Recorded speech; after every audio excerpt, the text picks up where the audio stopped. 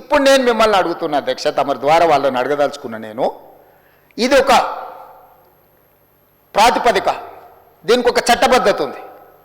మరి మేము మా పార్టీ ప్రజల దగ్గరికి వెళ్ళి ప్రజల యొక్క మన్ననలు పొంది ప్రభుత్వాన్ని ఏర్పాటు చేసిన ప్రభుత్వం తీసుకున్న నిర్ణయాలను గవర్నర్ ప్రసంగంలో మేము పొందుపరిస్తే దాన్ని తప్పుబట్టి అవహేళన చేసి ఇది కాంగ్రెస్ పార్టీ విధానం లాగానే ఉంది అట్లెట్లుంటుంది అంటారు ఏంది అధ్యక్ష?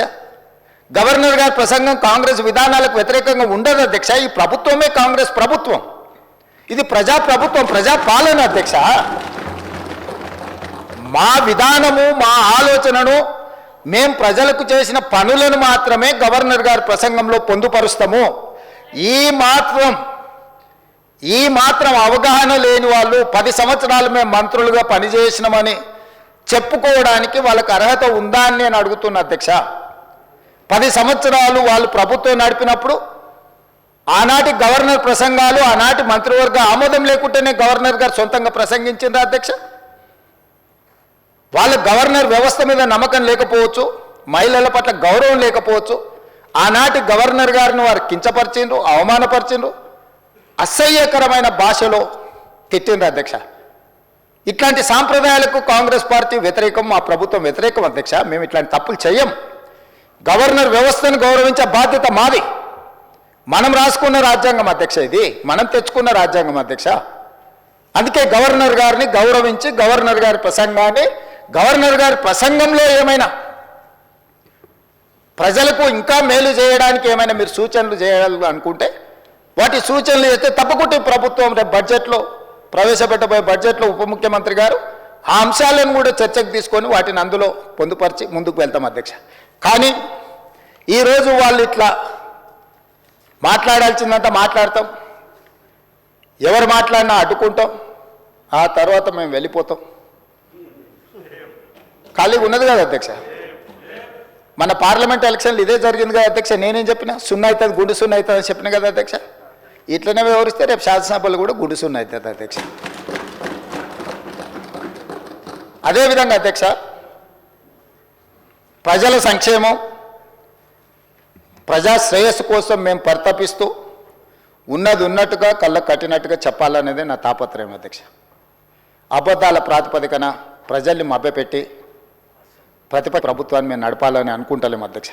అందుకే తెలంగాణ రాష్ట్రం దేశంలోనే సమున్నతంగా అన్ని రంగాలలో నిలబెట్టాలనే తాపత్రయంలో మా మంత్రివర్గ సహచరులు తమరు ఈ వ్యవస్థలన్నీ కూడా మా ప్రభుత్వ అధికారులు కూడా సంపూర్ణంగా సహకరించబట్టి చాలా విజయాలు సాధించినాం, ఇంకా సాధించాల్సినవి ఉన్నాయి.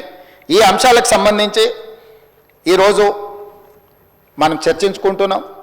గవర్నర్ గారు లేవనెత్తిన అంశాలతో పాటు అదేవిధంగా ప్రభుత్వంలో ఇప్పుడు ఈ జరిగిన 15 నెలల పరిపాలన మీద ప్రతిపక్ష సభ్యులు పల్లా రాజేశ్వర రెడ్డి గారు కావచ్చు, జగదీశ్వర్ రెడ్డి గారు కావచ్చు, మహేశ్వర్ రెడ్డి గారు కావచ్చు, లేకపోతే కూనంనేని సాంబశివరావు గారు కావచ్చు, అక్బరుద్దీన్ ఓవైసీ గారు కావచ్చు, మిత్రులు రామచంద్ర నాయక్, ఆది శ్రీనివాస్ గారు, వేముల వీరేశం గారు కావచ్చు, ప్రస్తావించిన అంశాలను అన్నిటిని కూడా దృష్టిలో పెట్టుకుంటాం అధ్యక్ష.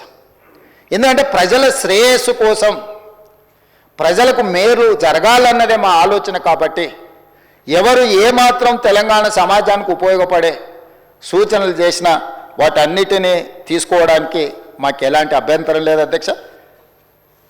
ఈ తెలంగాణ ఏళ్ళకేళ్లకు పోరాడిన తెలంగాణ చరిత్ర అధ్యక్ష. అణిచివేతను అహంకారాన్ని ధిక్కరించి ఎదిరించే ఉద్యమ పునాదులున్న ప్రాంతం తెలంగాణ ప్రాంతం అధ్యక్ష. 10 ఏళ్ల విధ్వంసం, నియంతృత్వ పోకడల నుంచి తెలంగాణ 4 కోట్ల మంది ప్రజలు మార్పును కోరుకొని ఈరోజు ఈ ప్రభుత్వాన్ని ఏర్పాటు చేయడం అధ్యక్ష. అందుకే ఈరోజు మేము ఇక్కడ ఉన్నాం అధ్యక్ష. ప్రజలు మార్పు కోరుకున్నారు, ప్రజాస్వామిక విలువలను పెంపొందించాలని ప్రజలు ఆశించారు. అందుకే ఈరోజు మేము ఇక్కడ నించొని ఈ ప్రభుత్వాన్ని ప్రజల కోసం నడిపిస్తున్నాం అధ్యక్ష.